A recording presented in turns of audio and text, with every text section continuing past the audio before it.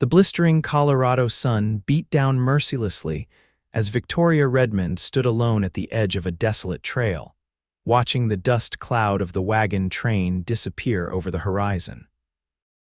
Her trembling hand clutched a worn handkerchief to her lips as another coughing fit racked her frail body, the fever that had consumed her for days now leaving her barely able to stand.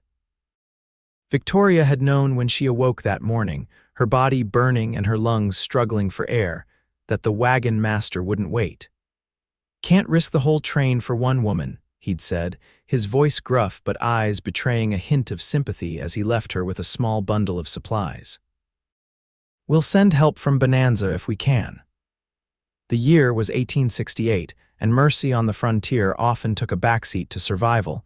She stumbled toward the shade of a gnarled cottonwood tree, her legs giving way beneath the weight of her illness. As she slumped against the rough bark, Victoria wondered if this desolate stretch of Colorado territory would be her final resting place. 23 years of life, and this was how it would end, abandoned and alone, miles from civilization, all because she'd had the misfortune of falling ill at the wrong time. The wagon train had been her last hope after losing her parents to influenza back in St. Louis. Her cousin in Bonanza, Colorado, had promised her a place to stay, perhaps even work as a schoolteacher. Now that dream seemed to evaporate like morning dew under the harsh western sun. Victoria arranged her meager supplies, a canteen half filled with water, some jerky, a small sack of flour, and a threadbare blanket. She had her father's revolver, though in her weakened state she doubted she could lift it, let alone aim. Her clothes were soaked through with sweat, her chestnut hair plastered to her forehead. "Just need to rest," she murmured, her voice barely a whisper in the vast emptiness surrounding her. "Just a little rest, then I'll catch up." Even as the words left her cracked lips, she knew the falsity of them. The wagon train was already miles ahead, and in her condition, she wouldn't make it 100 yards. As the sun began its descent, Victoria drifted in and out of consciousness, her dreams filled with memories of home and haunting visions of wolves circling in the gathering dusk.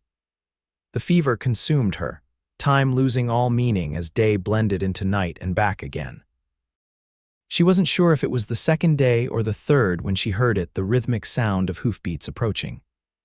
Victoria struggled to open her eyes, wondering if death had finally come for her, dressed as a rider on horseback like in the stories her grandmother used to tell. Through the haze of fever, she made out the silhouette of a man atop a chestnut stallion, the setting sun casting him in a golden glow. As consciousness slipped away once more, she heard a deep voice call out, "Madam, good Lord, are you alive?" When Victoria next opened her eyes, she found herself wrapped in unfamiliar blankets, the hard ground replaced by a soft mattress. The air was cool against her skin, the scent of pine and coffee filling her nostrils. She turned her head slowly, wincing at the effort, to find a man sitting in a chair beside the bed, his head bowed as he cleaned a rifle. He must have sensed her movement, for his head snapped up, revealing a rugged face weathered by sun and wind, with striking blue eyes that seemed to pierce through her. A day or two worth of stubble covered his strong jaw, and dark blonde hair fell across his forehead. "You're awake," he said, setting aside the rifle. "Wasn't sure you'd make it through the night." Victoria tried to speak, but her throat was painfully dry. The man immediately reached for a tin cup on the bedside table, gently lifting her head to help her drink. "Easy now," he murmured. Small sips. The water was cool and sweet, bringing immediate relief to her parched throat. After a few moments, she found her voice. "Who are you?" she managed to rasp. "Fletcher James," he replied, setting the cup back down. "Found you half dead under that cottonwood about 15 miles back. You've been out with fever for nearly 2 days now." "Victoria," she whispered. "Victoria Redmond, the wagon train, left you behind," Fletcher finished, his expression darkening. "Not the first time I've seen it happen, won't be the last." Victoria closed her eyes, the reality of her situation washing over her anew. "Where am I?" "My cabin, about 10 miles east of Bonanza." He stood, moving to stoke the fire in the small stone hearth. "You're safe here. I've been giving you willow bark tea for the fever, seems to be helping some." Thank you, Victoria said, the words feeling wholly inadequate for the man who had saved her life. I have a cousin in Bonanza. Once I'm well enough, you won't be well enough for a good while yet, Fletcher interrupted, his tone matter of fact rather than unkind. That fever nearly took you. Whatever it is, it's settled deep in your lungs. You need rest, proper food, and time. Victoria wanted to protest, to insist she couldn't impose on his hospitality, but exhaustion overtook her once more, pulling her back into the darkness of sleep. The next few days passed in a blur of fever and lucidity. Fletcher was always there during her waking moments, spooning broth between her lips, changing cool compresses on her forehead, or simply sitting nearby, whittling or cleaning his gear. He rarely spoke unless spoken to, but his presence was oddly comforting. On what she believed to be the 5th day at his cabin, Victoria woke feeling clearer-headed than she had since falling ill. The crushing weight on her chest had eased somewhat, though a persistent cough remained. She managed to push herself into a sitting position just as Fletcher entered carrying a steaming bowl. "You look better," he observed, setting the bowl on the table beside her. "Fever's finally broken for good, I think." Victoria nodded, suddenly conscious of her disheveled appearance and the fact that she was wearing only her chemise beneath the blankets. "I feel more human today." A ghost of a smile touched Fletcher's lips. "Rabbit stew," he said, nodding toward the bowl. "Think you can manage it yourself?" "Yes, thank you." She accepted the spoon he offered, their fingers brushing momentarily. Victoria noticed for the first time how gentle his hands were despite their size and obvious strength. "You've been very kind, Mr. James, Fletcher," he corrected, pulling his chair closer to the bed. "And it's nothing any decent man wouldn't do. I've found decent men to be in short supply, particularly out here." Victoria took a small spoonful of stew, savoring the rich flavor. "The wagon master didn't even hesitate to leave me behind." Fletcher's jaw tightened. "Colton Rogers. Known him for years. He's not an evil man, but he puts the train above all else. Likely thought he was making the only choice he could." "You know him?" Victoria asked, surprised. "This territory isn't as big as it seems once you've lived here a while," Fletcher replied. "I've guided for Rogers a few times when he needed someone who knows the passes. Haven't done it in a couple years, though." He paused, watching her eat. "What brings you out this way, if you don't mind my asking?" Victoria set down her spoon, suddenly finding it difficult to meet his gaze. "My parents died last winter, influenza. I sold what I could, but the debts." She shook her head. "My cousin Martha wrote that Bonanza needs a schoolteacher. She offered me a place to stay until I get established." Fletcher nodded slowly. "Bonanza's growing fast. Lot of families moving in since the silver strike last year. They could use someone educated." "Are you from Bonanza?" Victoria asked, eager to shift the conversation away from herself. A shadow passed over Fletcher's features. "No, I keep to myself mostly. Do some hunting, trapping. Guide work when the pay's good enough." He stood abruptly. "You should finish your stew while it's warm. I need to check my snare line." Before Victoria could respond, he had grabbed his hat and rifle and was out the door, leaving her alone with her thoughts and the lingering impression that Fletcher James was a man carrying his own heavy burdens. The next morning, Victoria awoke to the sound of chopping wood. She felt stronger, the crushing fatigue of illness beginning to recede. Carefully, she swung her legs over the side of the bed, testing her strength before attempting to stand. The cabin was smaller than it had seemed from her sick, just one room with the bed in one corner, a small table with 2 chairs, the stone hearth, and various supplies neatly arranged on shelves along the walls. Her dress and other belongings had been cleaned and folded on a trunk at the foot of the bed. Victoria dressed slowly, having to pause several times as coughing fits overtook her. By the time she finished, she was exhausted but determined to show her host that she was recovering. The door opened just as she was attempting to pin up her hair, and Fletcher entered carrying an armload of split logs. He stopped short when he saw her standing. "You should be resting," he said, frowning as he deposited the wood beside the hearth.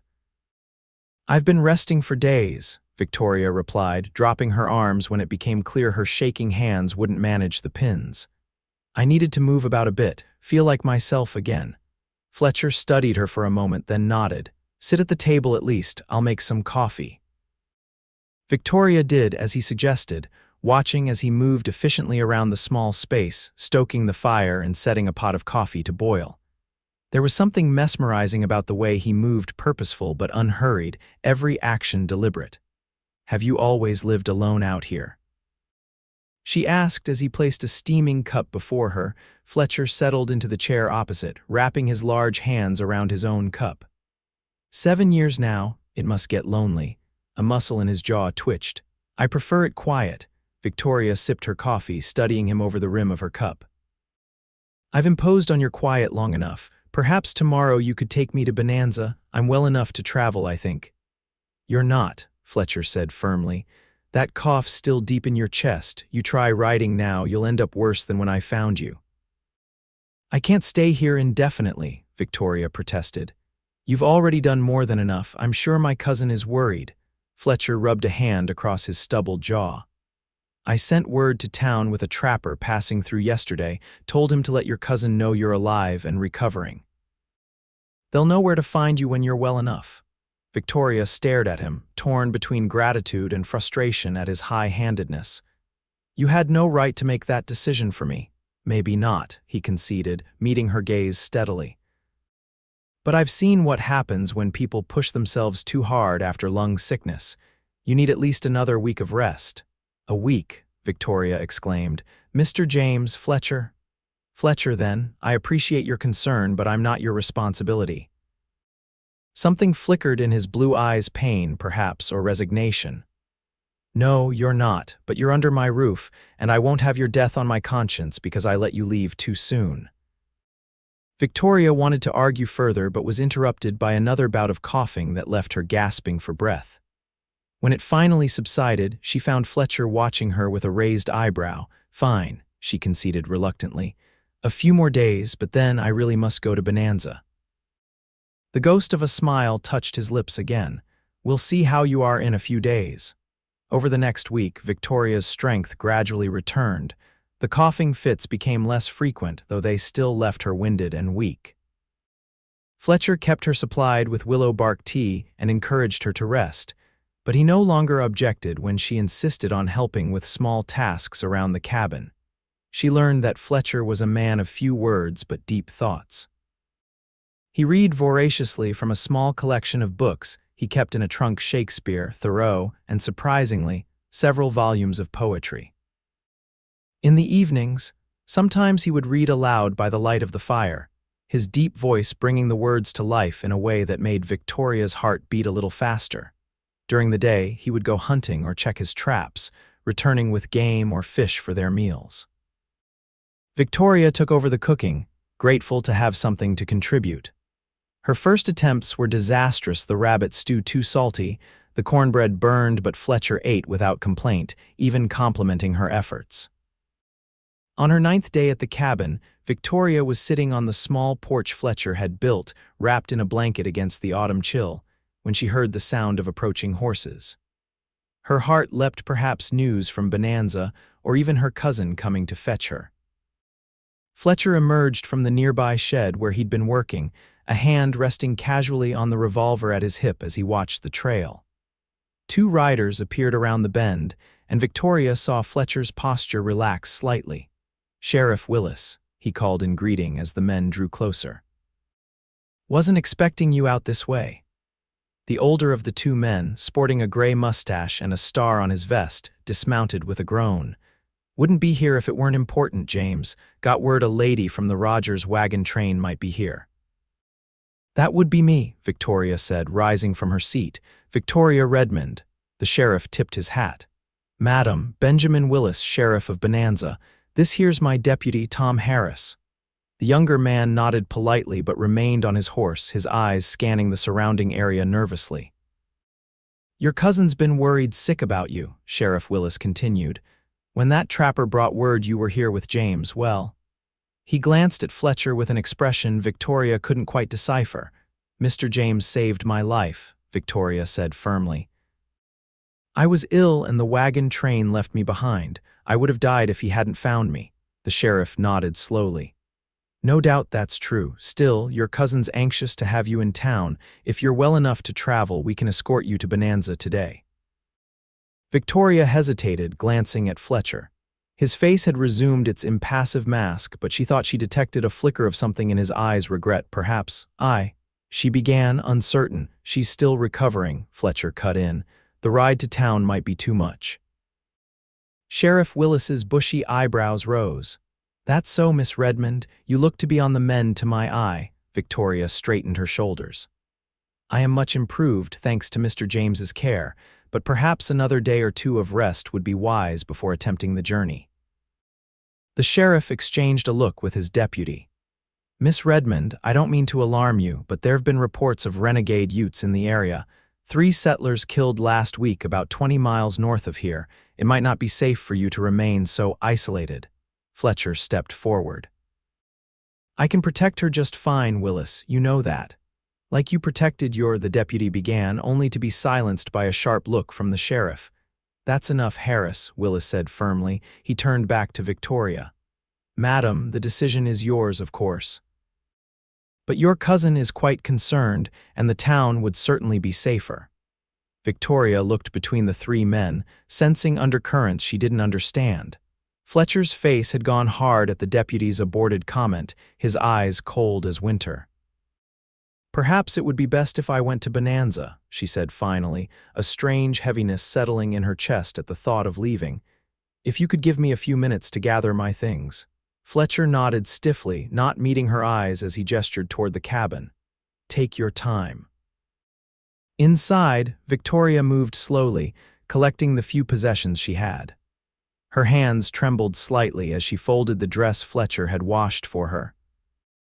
She thought of the past 9 days, how this stranger had tended her through fever and weakness, how his gruff exterior had gradually softened, revealing glimpses of a thoughtful, intelligent man.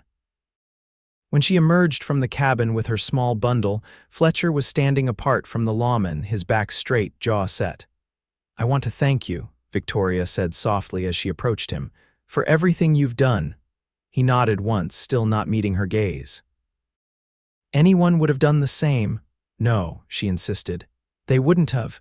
You saved my life, Fletcher James. I won't forget that. Finally, he looked at her, those blue eyes searching her face as if memorizing it. Be well, Victoria Redmond. Sheriff Willis helped her mount his horse, arranging her side saddle before climbing up behind her. As they turned to leave, Victoria looked back at Fletcher, standing alone before his cabin, and felt as though she were leaving something precious behind. The journey to Bonanza took nearly 3 hours, during which Victoria learned more about the town that was to be her new home.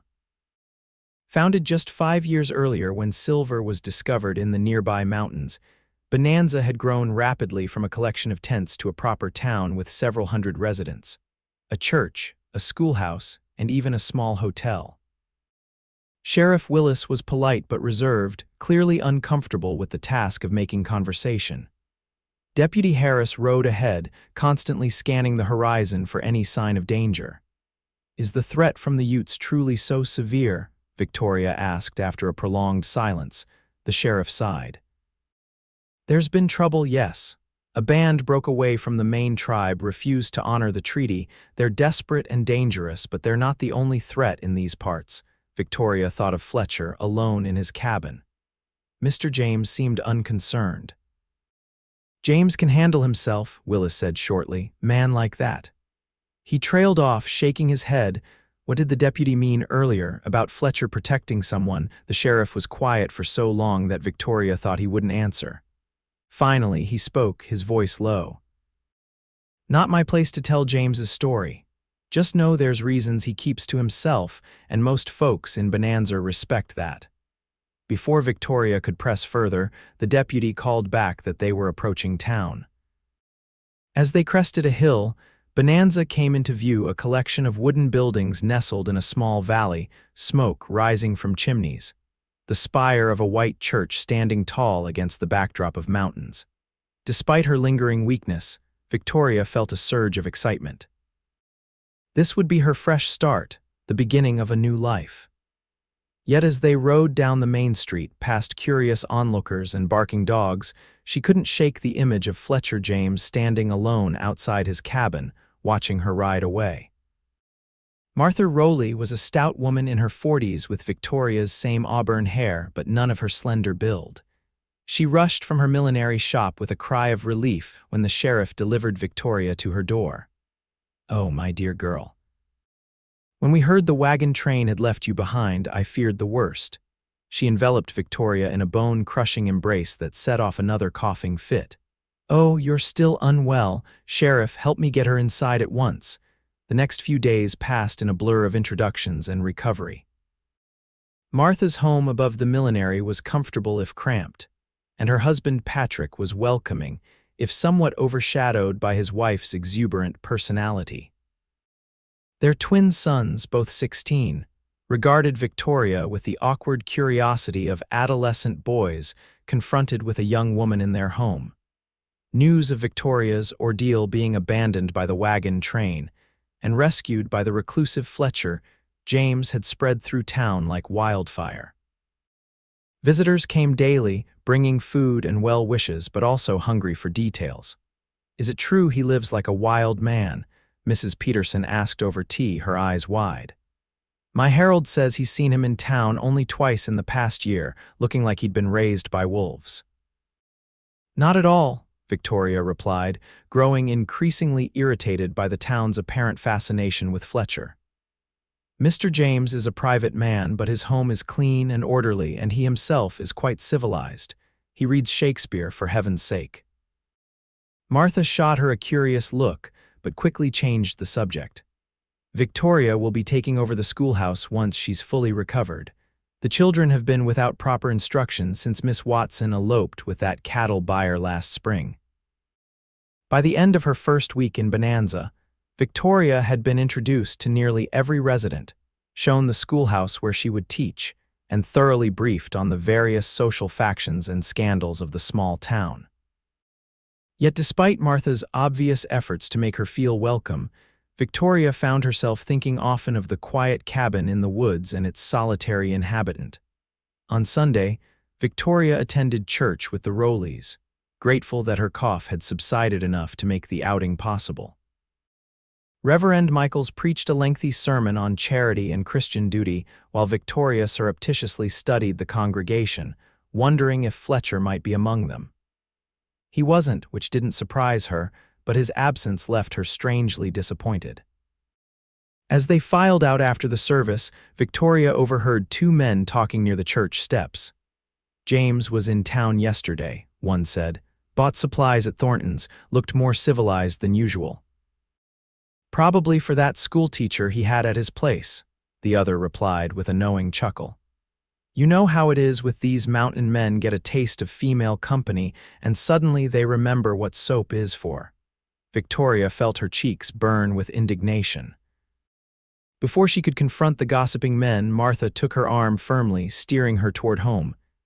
"You mustn't mind them," her cousin said once they were out of earshot.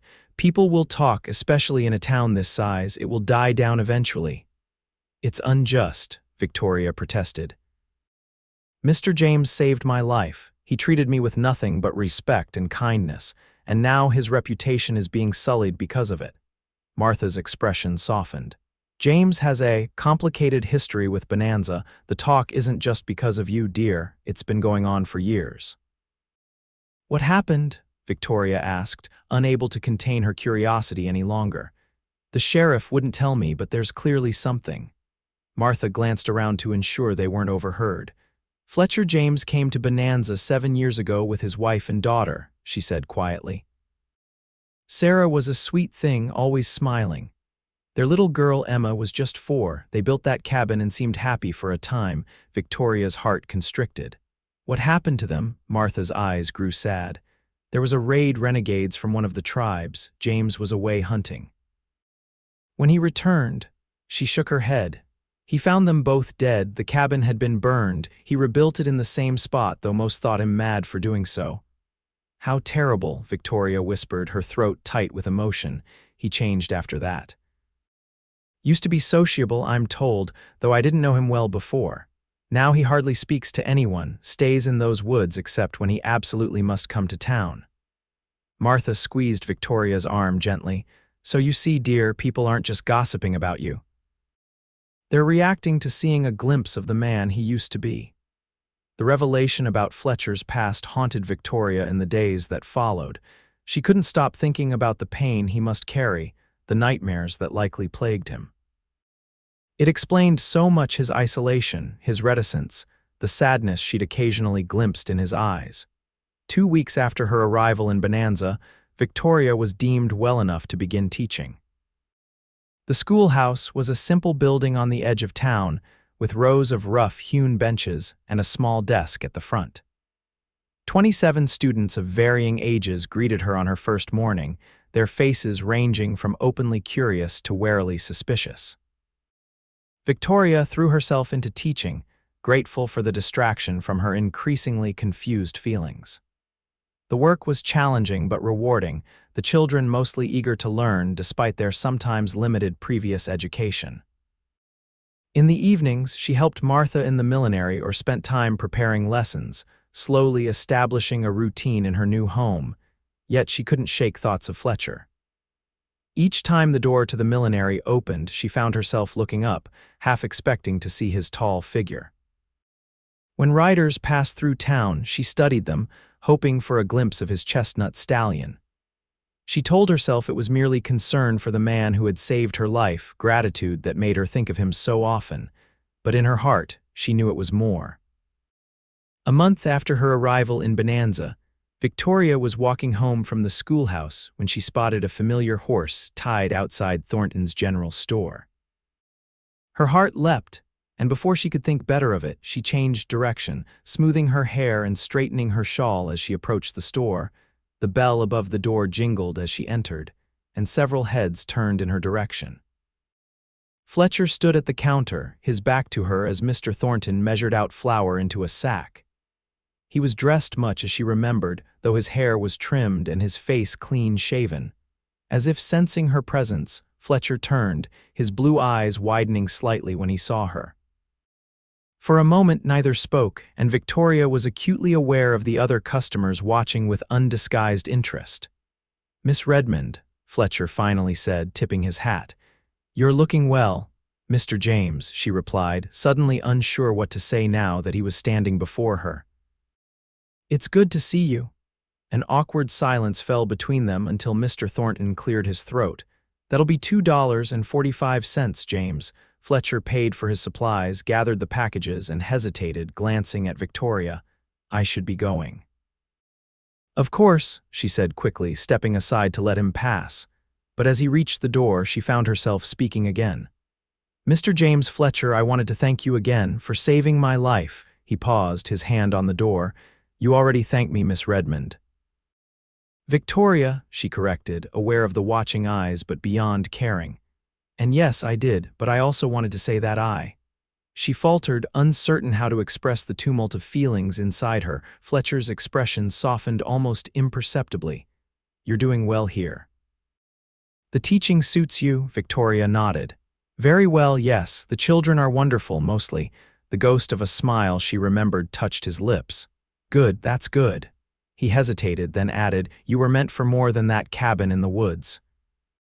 Before Victoria could respond, he was gone, the bell jingling in his wake. She stood frozen for a moment, then became aware of the whispers starting around her. Holding her head high, she made her purchases and left, fighting the urge to run after him. That night, lying in her narrow bed in Martha's home, Victoria made a decision. In the morning, she would find a way to visit Fletcher's cabin.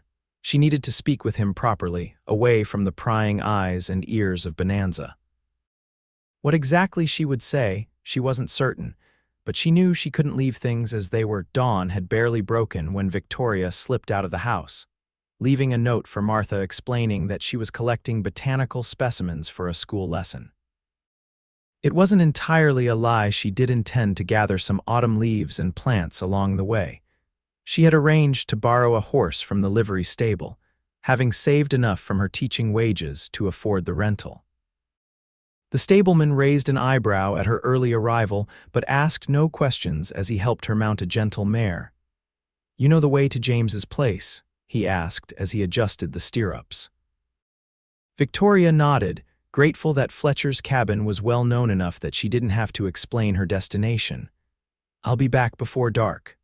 The morning was crisp, the aspens along the trail displaying their golden autumn colors against the dark green of the pines. Victoria rode slowly, partly to admire the scenery but mostly because her confidence wavered with each mile. What if Fletcher didn't want to see her? What if he turned her away? What if she was misinterpreting everything, seeing meaning where there was none? It was nearly midday when she reached the familiar clearing. Smoke rose from the cabin's chimney, and Fletcher's horse grazed in the small corral nearby. Victoria's heart pounded as she dismounted, tethering her mare to a post before approaching the cabin. She had raised her hand to knock when the door swung open, revealing Fletcher with his rifle in hand. He froze when he saw her, genuine surprise etched on his features. "Victoria," the sound of her name on his lips sent a shiver through her. "I hope I'm not intruding," she said, suddenly uncertain. Fletcher lowered the rifle, his brow furrowed. "Is something wrong? Has there been trouble in town?"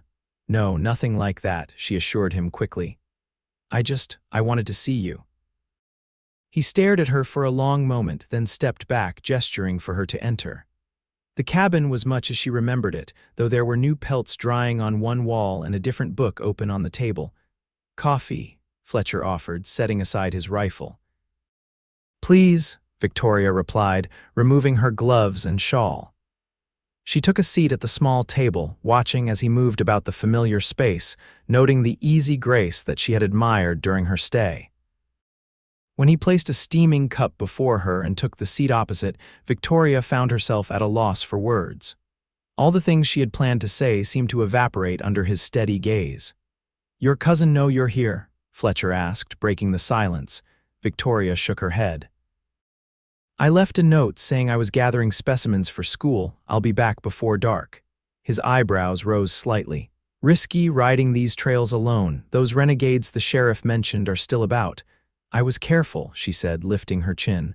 "And I needed to see you to talk to you properly." Fletcher's hands tightened around his cup. "About what?" Victoria took a deep breath. "I know about your wife and daughter. Martha told me what happened." The change in his expression was immediate, shudders coming down, his face hardening into an impassive mask. "That's not something I discuss." "I understand," Victoria said softly, "and I didn't come here to pry into your grief. But I needed you to know that I understand, at least somewhat, why you live as you do." Fletcher stood abruptly, moving to stare out the small window. "You shouldn't have come, Victoria." "Why not?" she asked, rising to stand behind him. "Because the town will talk, they already are. Because it's improper for me to be alone with you. I was alone with you for days, and you never once acted improperly." "That was different," he said, his voice rough. "You were ill, I was caring for you." "And now?" Victoria asked, gathering her courage. "What am I to you now, Fletcher James?" He turned to face her, and the raw emotion in his eyes nearly took her breath away. "A reminder," he said quietly, "of everything I lost, of everything I can never have again." Victoria stepped closer, close enough to feel the warmth radiating from him. "I lost everything too. My parents, my home, my future as I had imagined it. I understand what it is to rebuild a life from ashes." "It's not the same," he insisted, though he made no move to step away from her. "You're young, Victoria, beautiful, smart. You have a whole life ahead of you in Bonanza, students who need you. People who care for you." "And what about what I need?" she whispered. "What about who I care for?" Fletcher's breath caught, his blue eyes searching her face. "Victoria," she reached up, her hand trembling slightly as she placed it against his cheek. His skin was warm, the stubble rough beneath her palm. "When I'm in town, I find myself looking for you around every corner. When I teach, I think of how you would smile at something clever a student says. When I read in the evenings, I remember your voice reading poetry by the fire." Fletcher stood perfectly still, as if afraid the slightest movement would shatter the moment. "You can't mean that." "I do," Victoria insisted, her heart pounding so hard she was certain he must hear it. "I know it hasn't been long, I know it might seem foolish. But something happened in those days you cared for me, something I can't explain or ignore." Slowly, hesitantly, Fletcher raised his hand to cover hers where it rested against his cheek. "I watched you sleep," he confessed, his voice barely audible. "When you were so sick, I sat beside you and prayed you wouldn't die. Not in that bed. Not like," he broke off, closing his eyes briefly. "And then you started to recover, and you spoke to me of books and ideas, and you smiled, and I felt something I thought had died years ago." Victoria's heart soared at his words. "Then why send me away? Why stay alone out here when you could? Because I'm afraid," he interrupted, his grip on her hand tightening. "Afraid of caring for someone and losing them again, afraid I couldn't survive it a second time." "Life offers no guarantees," Victoria said softly, "for any of us. But is it better to live in fear than to grasp whatever happiness we might find, however fleeting?" Fletcher released her hand and stepped back, raking his fingers through his hair. "You don't understand. After Sarah and Emma died, I hunted down every last one of the men responsible. I tracked them for months, what I did to them." He shook his head. "There's darkness in me, Victoria, things you couldn't imagine." "You did what any man would do to avenge his family," she said firmly. "That doesn't make you a monster, doesn't it? The town thinks so. Why do you think they look at me the way they do? It's not just grief they see in me, it's what I became afterward." Victoria moved toward him again, refusing to let him retreat. "I don't care what the town thinks. I care what I know, and I know you to be a good man, Fletcher James, a man who saved a stranger's life and asked for nothing in return. A man who reads poetry and treats a woman with respect, a man who has suffered but hasn't let suffering destroy his capacity for kindness." Fletcher stared at her, wonder and disbelief warring in his expression. "You truly believe that?" "I do," Victoria affirmed. She reached for his hand, twining her fingers with his. "I'm not asking for promises. I'm not asking you to forget Sarah or Emma. I would never ask that. I'm just asking for a chance. A chance for both of us to discover if what I feel, what I think we both feel, could be something worth pursuing." For a long moment, Fletcher was silent, his eyes never leaving hers. Then, with agonizing slowness, he raised their joined hands and pressed a gentle kiss to her knuckles. "You deserve better than a broken man living in the woods, Victoria Redmond." "Perhaps," she said, a smile tugging at her lips, "but it seems my heart has chosen nonetheless." The tension between them was palpable, months of unspoken feelings condensed into this single moment. Fletcher's free hand came up to cup her cheek, his touch feather-light, as if she might shatter beneath his fingers. "If we do this," he said softly, "there's no going back. The town will talk." "Your reputation, let them talk," Victoria interrupted. "I've never much cared for others' opinions of me, and as for my reputation—" She stepped closer, eliminating the last bit of space between them. "I think it's already thoroughly compromised, don't you?" A smile, a real smile, not the ghost she had glimpsed before, transformed Fletcher's face, taking years from his appearance. "Thoroughly," he agreed, his voice rough with emotion, and then he was kissing her, his lips gentle at first, then increasingly urgent as Victoria responded with equal fervor. His arms encircled her waist, drawing her against him as if he feared she might vanish if he didn't hold tight enough. Victoria wound her arms around his neck, her fingers threading through his hair, her heart singing with joy and relief and desire. When they finally broke apart, both breathless, Fletcher rested his forehead against hers. "I never thought I'd feel this way again," he murmured. "Never thought I'd want to." Victoria smiled, her eyes glistening with unshed tears. "Nor did I expect to find love in the wilderness after being abandoned by a wagon train." "Love," Fletcher repeated, pulling back slightly to search her face. Victoria nodded, suddenly shy despite the passion they had just shared. "Yes, I believe it is." Though if it's too soon to speak of such things, Fletcher silenced her with another kiss, this one softer, reverent. "It's not too soon," he whispered against her lips. "Not when I've felt it growing inside me since the day you first opened your eyes in this cabin." They spent the afternoon talking, sharing stories of their lives before they met, carefully navigating the tender subjects of their respective losses. Fletcher spoke of Sarah and Emma, hesitantly at first, then with increasing ease as Victoria listened without judgment. She told him of her parents, of the dreams she'd had before illness took them, of her determination to forge a new path. As the sun began its descent toward the horizon, Victoria reluctantly rose from where they had been sitting by the fire, her hand still clasped in Fletcher's. "I should return to town before Martha sends out a search party." Fletcher nodded, though his grip on her hand tightened momentarily. "When will I see you again?" "Soon," Victoria promised. "Perhaps you could come to town on Saturday. There's a social at the church. We could begin there. Let people see us together properly." A shadow of uncertainty crossed Fletcher's face. "I haven't been to a social in 7 years. Not sure I remember how to behave in polite company." Victoria smiled, reaching up to touch his cheek. "You behave exactly as you are, that's all I ask." He turned his head to press a kiss to her palm. "For you, I'll try." Fletcher insisted on escorting her back to Bonanza, unwilling to let her ride the trails alone with evening approaching. They rode side by side, their conversation flowing easily now that the barriers between them had fallen. Victoria felt lighter than she had in years, as if a weight she hadn't known she carried had been lifted from her shoulders. As they approached the outskirts of town, Fletcher slowed his horse. "Best if I don't ride in with you," he said, his expression regretful. "Give you a chance to explain things to your cousin first." Victoria understood his reasoning but couldn't help feeling disappointed. "Will you really come on Saturday?" Fletcher nodded, his eyes serious. "I gave my word. 2 o'clock at the church, 2 o'clock, she confirmed. Impulsively, she guided her mare closer to his stallion, leaning across to press a quick kiss to his lips. Until then. His smile, still a rare and precious thing, warmed her all the way into town. Martha was predictably shocked when Victoria explained where she had been and what had transpired between her and Fletcher.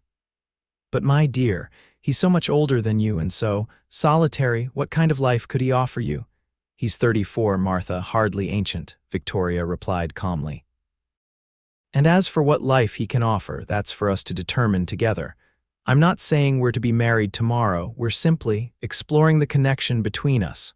Her cousin didn't look convinced, but she sighed in resignation. "Your parents always did say you had a mind of your own." "Just promise me you'll be careful, Victoria, not just with your heart but with your reputation. This town can be unforgiving." Victoria squeezed Martha's hand. "I promise to be careful, and Fletcher has agreed to come to the church social on Saturday. Will that help ease your mind?" Martha's eyebrows shot up in surprise. "James at a social?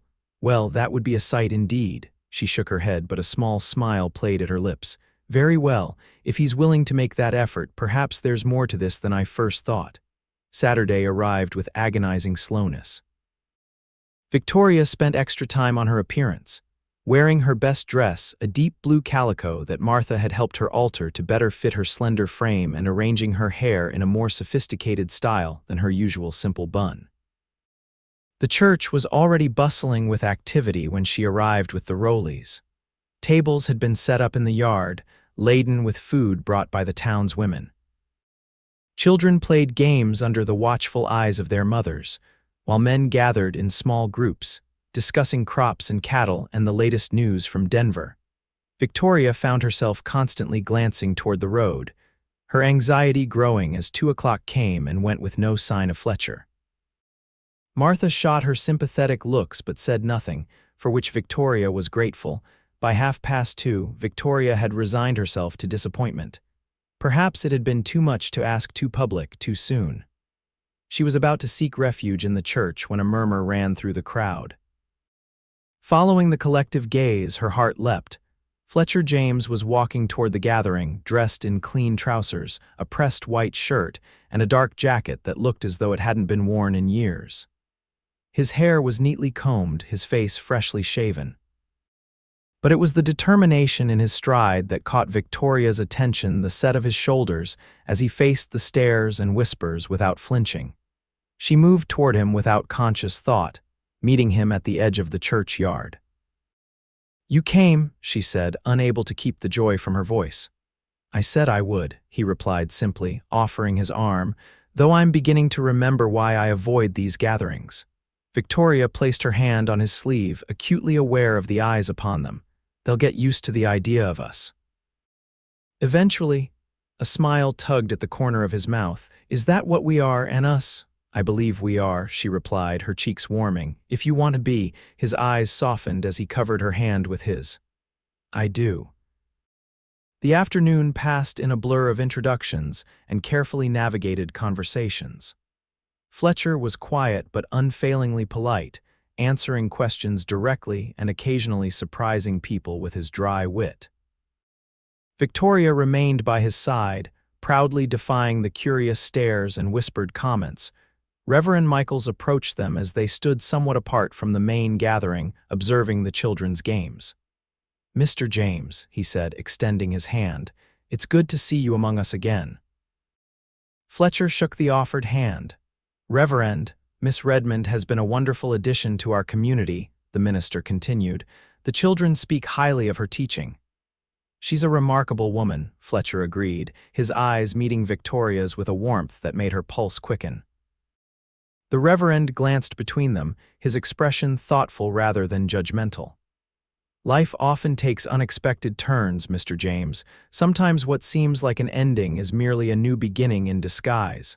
Fletcher stiffened slightly, but then his shoulders relaxed. "I'm starting to believe that might be true, Reverend." After the minister moved on, Victoria squeezed Fletcher's arm gently. "Are you all right? We can leave if this is too much." He shook his head. "I'm fine, better than I expected to be, actually." He looked around at the gathered townspeople. "I've avoided them for so long, I'd forgotten they're just people. Flawed, curious, sometimes kind, sometimes not. Like all of us," Victoria murmured. Fletcher's gaze returned to her, his blue eyes warm with an emotion that made her heart race. "Not like you," he said softly. "You're extraordinary, Victoria Redmond." As autumn deepened into winter, Fletcher became a more frequent visitor to Bonanza. He would come to town every few days, sometimes to attend Victoria's school performances, sometimes simply to walk with her after classes ended. The townspeople gradually grew accustomed to the sight of the once reclusive trapper accompanying their schoolteacher, though the gossip never entirely ceased. Victoria visited his cabin on weekends when weather permitted, always with Martha's reluctant blessing and always returning before nightfall. They read together, talked for hours, and shared increasingly passionate embraces that left both of them breathless and wanting more. 3 months after the church social, on a crisp December evening with snow falling gently outside the millinery shop, Fletcher arrived unannounced, stamping snow from his boots as he entered. "Fletcher," Victoria exclaimed, setting aside the dress she had been mending. "I wasn't expecting you today." He removed his hat, revealing damp hair and a nervous expression. "I need to speak with you, and with your cousin and her husband, if they're available." Something in his tone made Victoria's heart race. "They're upstairs. Is everything all right?" Fletcher nodded, though his fingers tapped an anxious rhythm against his thigh. "Yes, at least I hope it will be." Martha and Patrick were surprised but welcoming, inviting Fletcher to join them by the fire in their small sitting room. Victoria sat beside him on the sofa, trying to read his expression for clues about his unexpected visit. After accepting a cup of coffee from Martha, Fletcher cleared his throat. "I appreciate you receiving me without notice. What I have to say couldn't wait for a more appropriate time." Patrick raised an eyebrow. "Sounds serious, James." "It is." Fletcher set down his cup and turned to face Victoria, taking her hands in his. "Victoria, these past months have been the happiest I've known in 7 years. You've brought light back into my life when I thought I would live in darkness forever." Victoria's breath caught as she realized what was happening. "Fletcher," he squeezed her hands gently, "I know I'm not what most would consider a suitable match. I'm older, I live simply, and I carry burdens that will never entirely leave me. But I love you, Victoria Redmond. With everything that I am, I love you." Tears filled Victoria's eyes as Fletcher released one of her hands to reach into his pocket, withdrawing a small ring with a modest pearl set in silver. "It was my mother's," he explained, his voice rough with emotion. If you'll have me, I would be honored to call you my wife." The room fell silent save for the crackling of the fire and the soft gasp from Martha. Victoria stared at the ring, then at the man holding it, this strong, wounded, beautiful man who had saved her life and then, improbably, stolen her heart. Yes, she whispered, then louder, yes, Fletcher James. I will marry you. His face transformed with joy as he slipped the ring onto her finger. Victoria threw her arms around his neck, heedless of propriety or their audience, pressing her lips to his in a kiss that conveyed all the love overflowing in her heart. When they finally separated, both flushed and smiling, they turned to find Martha dabbing at her eyes with a handkerchief while Patrick looked on with a bemused expression. Well, Martha said, her voice wavering slightly, it seems congratulations are in order. Fletcher stood, his hand still clasping Victoria's, and addressed her cousins formally. I know this may seem sudden, but I assure you my intentions are honorable and my feelings sincere. I can provide for Victoria, and I promise to cherish and protect her for as long as I live. Patrick rose as well, offering his hand. Never doubted your honor, James, just your sociability. His weathered face broke into a grin. But if Victoria has managed to draw you out of those woods, who am I to stand in the way? Martha came forward to embrace Victoria. Are you certain, my dear? Life with a trapper won't be easy. Victoria smiled, her eyes shining with happiness. I've never been more certain of anything, and we'll find our way together. They were married in the Bonanza Church on a bright January morning, snow blanketing the town in pristine white. Victoria wore a dress of ivory silk that Martha had secretly ordered from Denver, with a crown of evergreen and holly berries in her hair. Fletcher, looking both nervous and proud in a new suit, waited for her at the altar, his blue eyes never leaving her as she walked down the aisle on Patrick's arm. The church was full partly out of genuine goodwill, partly out of curiosity as Reverend Michaels pronounced them husband and wife. When Fletcher kissed her, sealing their vows, Victoria felt as though her heart might burst with happiness. The celebration afterward at the town hall was more joyous than either of them had anticipated. Even those who had been most skeptical of their match seemed won over by the obvious love between them. Sheriff Willis offered a toast, his gruff voice softening as he wished them happiness. Deputy Harris apologized to Fletcher for past remarks and was graciously forgiven. As they prepared to leave for Fletcher's cabin, their cabin now, Victoria found herself surrounded by her students, all clamoring for attention. Will you still be our teacher, Mrs. James? Little Annie Peterson asked, her eyes wide. Victoria smiled, kneeling to the child's level. Of course I will. I'll ride in from our home every day, just as before. But you'll live in the woods now, with the bears and wolves. Timothy Willis, the sheriff's grandson, looked both horrified and fascinated by the prospect. Yes, though the bears and wolves keep their distance, Victoria assured him. And it's not so very far. Fletcher appeared at her side, resting a gentle hand on her shoulder. Ready to go home, Mrs. James? He asked, his voice caressing her new name. Victoria rose, taking his hand. Yes, Mr. James, I believe I am. The ride to the cabin was peaceful, the forest a winter wonderland around them. Fletcher had insisted on building a proper sleigh for the occasion, lined with furs to keep them warm. Victoria nestled against him beneath the blankets, still hardly believing that this was real, that she was now his wife, that they would build a life together in the cabin that had once known such tragedy. When they arrived, Fletcher helped her down from the sleigh, then surprised her by sweeping her into his arms. Tradition, he explained with a smile as he carried her across the threshold. Victoria gasped in delight as they entered.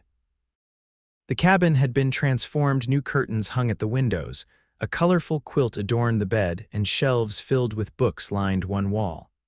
A small table near the hearth had been set with a white cloth and two place settings, a bottle of wine waiting to be opened. When did you do all this? She asked, looking around in wonder as he set her on her feet. I had help, Fletcher admitted, removing his coat and hat. Martha chose the curtains and quilt. Patrick helped with the bookshelves. His expression grew serious as he took her hands. I wanted it to be a home worthy of you, Victoria. A new beginning for both of us. Tears pricked at her eyes as she looked up at the man who was now her husband. It's perfect, but it would be perfect even without all of this because you're here. Fletcher's smile was tender as he drew her into his arms. Welcome home, my love. That night, As snow fell softly outside and the fire cast golden light across the cabin, Fletcher and Victoria consummated their marriage with a passion born of deep love and long anticipation. His touch was reverent, his whispered words of adoration making her feel more beautiful and cherished than she had ever imagined possible. In his arms, Victoria found a pleasure she hadn't known existed, and in her eager response, Fletcher found healing for wounds he had thought would pain him forever. Afterward, as they lay entwined beneath the quilt, Victoria's head resting on Fletcher's chest, she marveled at the journey that had brought them to this moment. If the wagon train hadn't left me behind, if you hadn't found me, then I would have spent the rest of my life alone in these woods, never knowing what I was missing, Fletcher finished, pressing a kiss to her forehead. Sometimes the worst moments lead us to the best ones if we're brave enough to keep going. I never thought I could be this happy, Victoria confessed, tracing patterns on his skin. Especially not after losing my parents, after being abandoned and falling ill. It seemed like the end of everything. Fletcher's arms tightened around her. Instead, it was just the beginning. Spring came early that year, melting the snow and bringing new life to the woods around their cabin. Victoria continued teaching at the Bonanza School, riding in each morning and returning each afternoon to the home she shared with Fletcher. The townsfolk had grown accustomed to their arrangement, some even expressing admiration for Victoria's dedication to her students despite the daily journey. Fletcher still hunted and trapped, but less extensively than before. He had begun taking on more guide work, leading survey teams from Denver and occasionally hunting parties from the east. The work paid well and allowed him to be home more often, something both he and Victoria cherished. They developed a rhythm to their life together, mornings sharing coffee before Victoria rode to town, evenings reading by the fire or walking in the woods as weather permitted. On weekends, they would often visit Martha and Patrick, or entertain the occasional brave soul who ventured out to their cabin for dinner. One evening in late April, as they sat on the porch watching the sunset, Victoria took Fletcher's hand and placed it gently on her still flat stomach. "We're going to need more space," she said softly. Fletcher froze, his eyes widening as he realized her meaning. "Victoria, are you certain?" She nodded, her smile radiant. "Dr. Wilson confirmed it yesterday. By Christmas, we'll be 3 instead of 2. The mixture of joy and terror on Fletcher's face made her heart ache with love for him. She knew he was thinking of Emma, of the daughter he had lost. "Fletcher, talk to me," she urged gently. "What are you feeling?" He drew a shaky breath, his hand still resting on her stomach. I'm happy. So happy I can hardly breathe with it."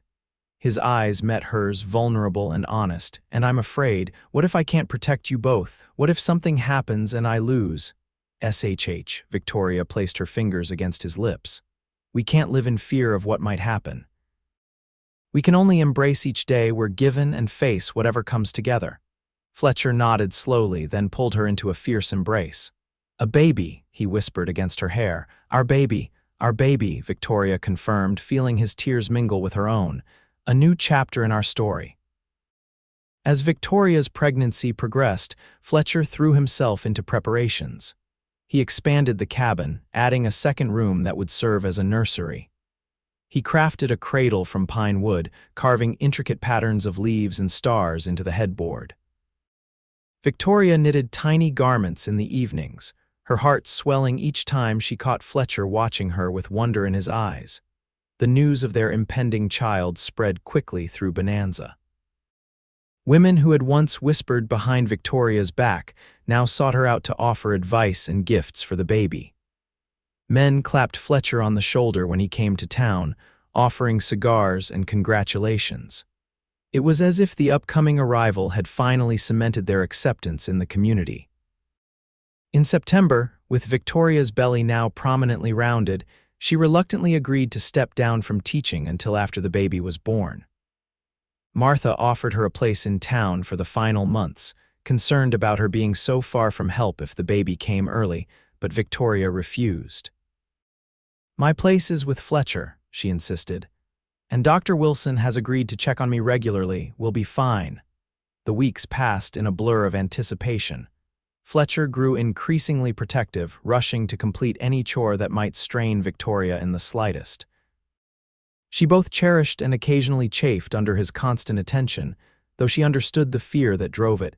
One snowy December evening, as they sat by the fire discussing possible names for their child, Victoria felt the first sharp pang. She gasped, her hand flying to her abdomen. Fletcher was on his feet immediately, his face pale. "Victoria, is it time?" she nodded, gritting her teeth as another contraction gripped her. "I think so, earlier than we expected." The next hours were a blur of pain and determination. Fletcher had sent word to town with a neighboring trapper who happened to be passing by, but the heavy snow made it unlikely that Dr. Wilson would arrive in time. They were on their own. Fletcher had helped birth foals and calves in his younger days, but the fear in his eyes told Victoria how different this was for him.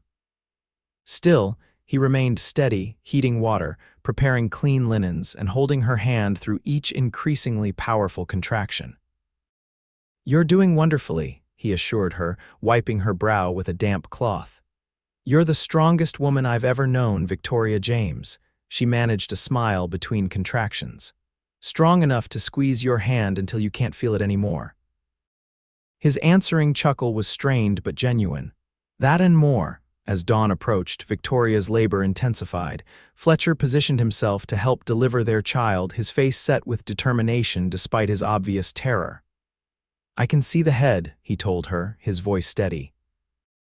"One more push, my love." With a final, monumental effort, Victoria brought their child into the world. The baby's cry, strong and indignant, filled the cabin, bringing tears to both parents' eyes. "A boy," Fletcher announced, his voice choked with emotion as he wrapped the squalling infant in a clean blanket. "Victoria, we have a son." He placed the tiny bundle in her arms, and Victoria felt her heart expand with a love so profound it took her breath away.